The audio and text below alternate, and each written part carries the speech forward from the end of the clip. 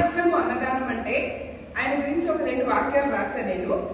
ఘనమైన మనసున్న ఘట్టమనేని బాబురావు గారు, ఘనమైన మనసున్న ఘట్టమనేని బాబురావు గారు, మీ పుట్టినరోజు సందర్భంగా అందుకోండి మా హృదయపూర్వక అభినందన మందార మాలలు, అందుకోండి మా హృదయపూర్వక అభినందన మందార మాలలు.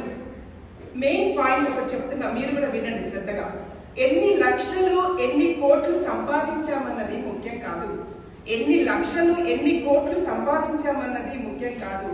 సంపాదించింది పేదలకు ఎంత ఖర్చు పెట్టామన్నది ముఖ్యం.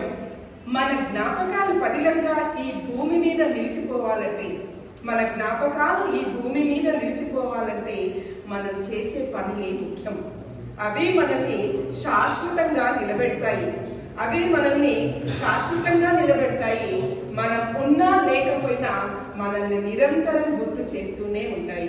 తన ప్రతి పుట్టినరోజు క్రమం తప్పక కొన్ని వేల మందికి అన్నదానం చేస్తూ, పేదలకు పెన్నిధై, ఆపన్నులకు అభిమాన ధనుడై, అన్ని వేళలా లయంగా అందరికీ చేరువై, ఎందరికో ఆదర్శమూర్తై, విద్యార్థులు కొలిచే దైవమై, అందరి వాడై నిలిచే మనసున్న మహారాజు మానవతామూర్తి అయిన లయం ఘట్టమనేని బాబురావు గారికి పుట్టినరోజు శుభాకాంక్షలు. మీరు నిండు